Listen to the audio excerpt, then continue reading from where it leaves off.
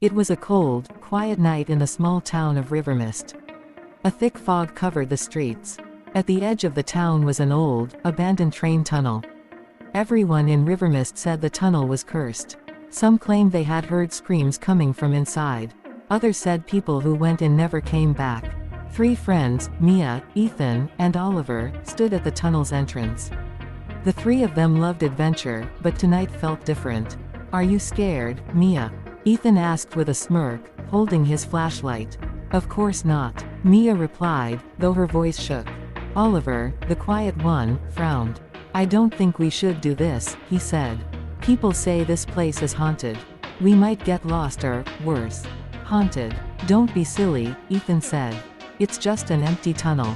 The 3 stepped inside. The air felt colder right away. The walls were wet, and the ground was slippery with mud. Water dripped from the ceiling.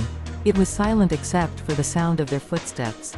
Then they heard it. A whisper. "Did you hear that?" Mia stopped walking. "It's just the wind," Ethan said, though he didn't sound sure. Oliver's flashlight flickered. He hit it, and the light came back. For a moment, Mia thought she saw something move at the far end of the tunnel, a shadow. "We should go back," Oliver said nervously. But Ethan shook his head.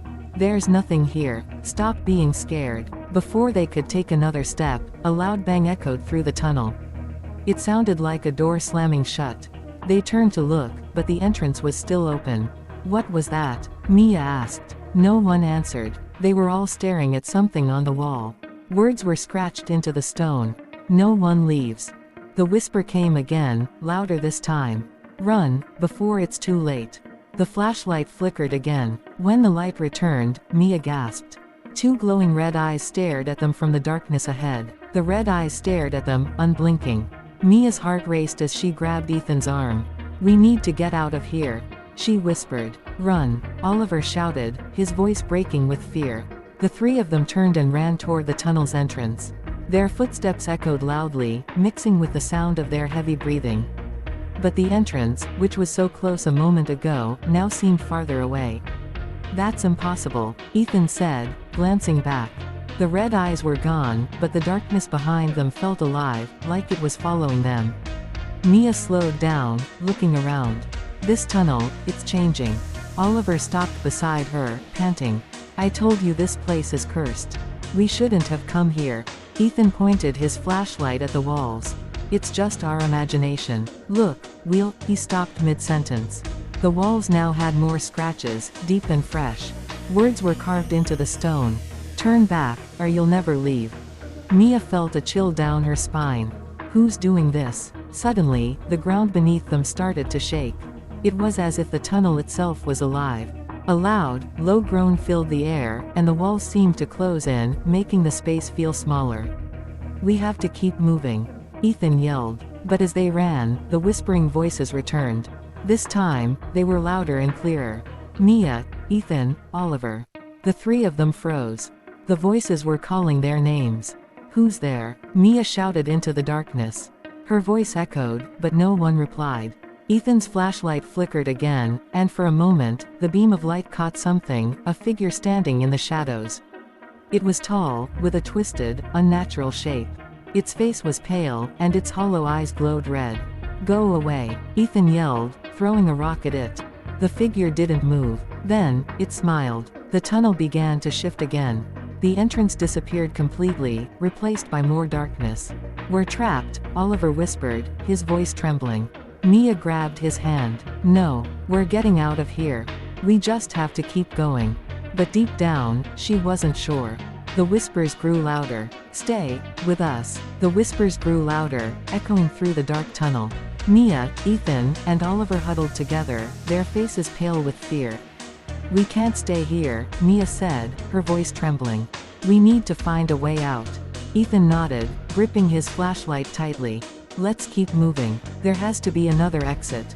As they walked deeper into the tunnel, the air became colder. The walls were covered with more scratches and strange symbols.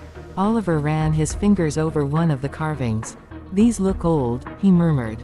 "Like they've been here for years."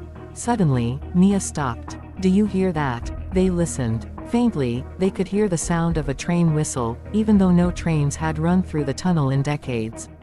"That's impossible," Ethan whispered. "This place has been abandoned for years." The ground beneath them began to vibrate, and the sound of chugging wheels echoed through the tunnel.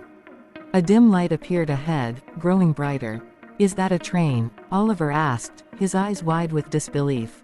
The light grew closer, and they could see the outline of an old steam locomotive, its wheels turning slowly.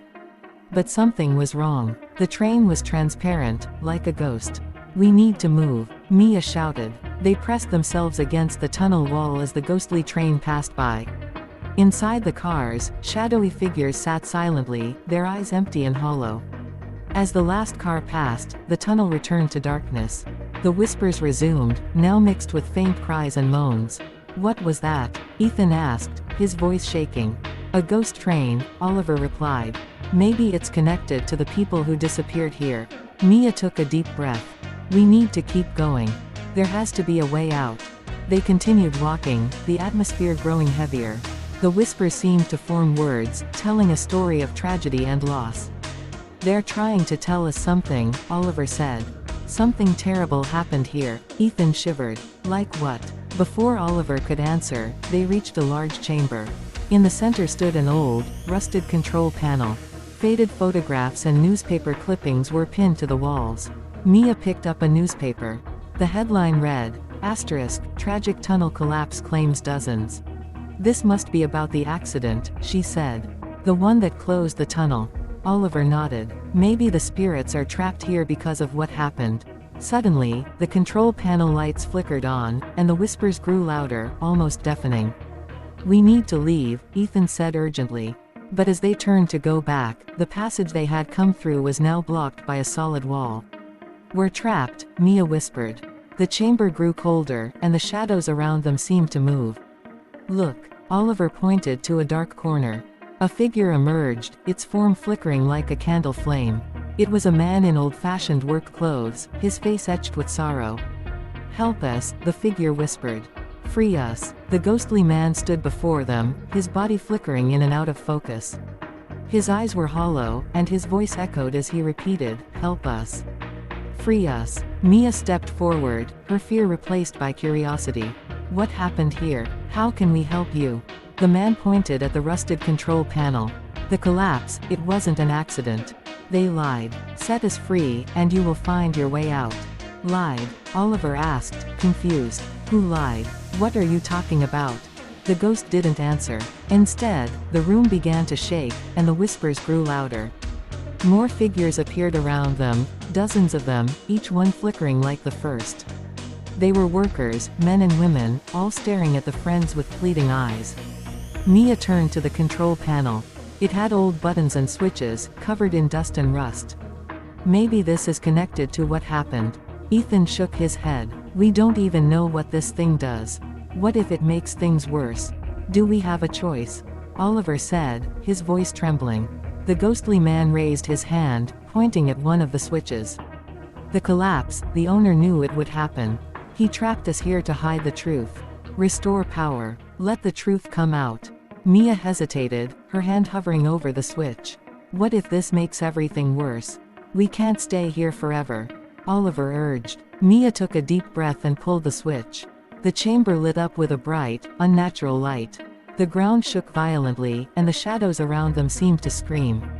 Suddenly, a loud cracking sound echoed through the tunnel, and a hidden door opened in the wall. Behind it was a small room filled with old documents, blueprints, and photographs. Mia picked up a blueprint. "It's the tunnel, look at this." The collapse wasn't natural. They cut corners and didn't reinforce the walls. They knew it was unsafe. Ethan held up a photograph of the workers. These people, they were the ones who died in the collapse. The whispers softened, and the ghostly man nodded. "The truth has been found. You must leave now." Suddenly, the figures began to fade, but their faces no longer looked sad. "Let's go," Mia shouted, and the three of them ran through the hidden door. But as they moved deeper, they realized they weren't free yet. Ahead of them was another long, dark hallway. The long hallway stretched out in front of them, darker than anything they had seen before. It was silent now, no whispers, no ghostly figures, just the sound of their footsteps. Is this the way out? Mia asked, gripping her flashlight tightly. It has to be, Oliver said, though his voice was filled with doubt. Ethan glanced back. Whatever happens, we stick together.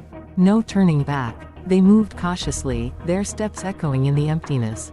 The air grew colder with each step, and a strange feeling washed over them, like they were being watched.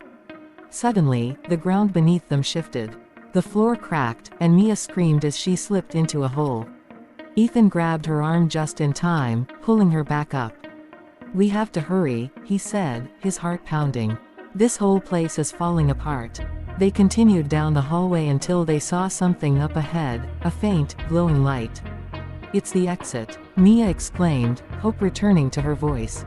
But as they ran toward it, the light flickered and disappeared. In its place stood a shadowy figure, taller and darker than any they had seen before. Its presence filled the air with dread. Turn back, the figure boomed, its voice shaking the walls. Mia stepped forward, trembling. We found the truth. You can't stop us now. The figure laughed, a deep, hollow sound. You think you're free. No one leaves this tunnel alive. The walls began to close in, and the floor cracked beneath their feet. The whispers returned, louder than ever, filling their heads with screams. Oliver fell to his knees, clutching his head.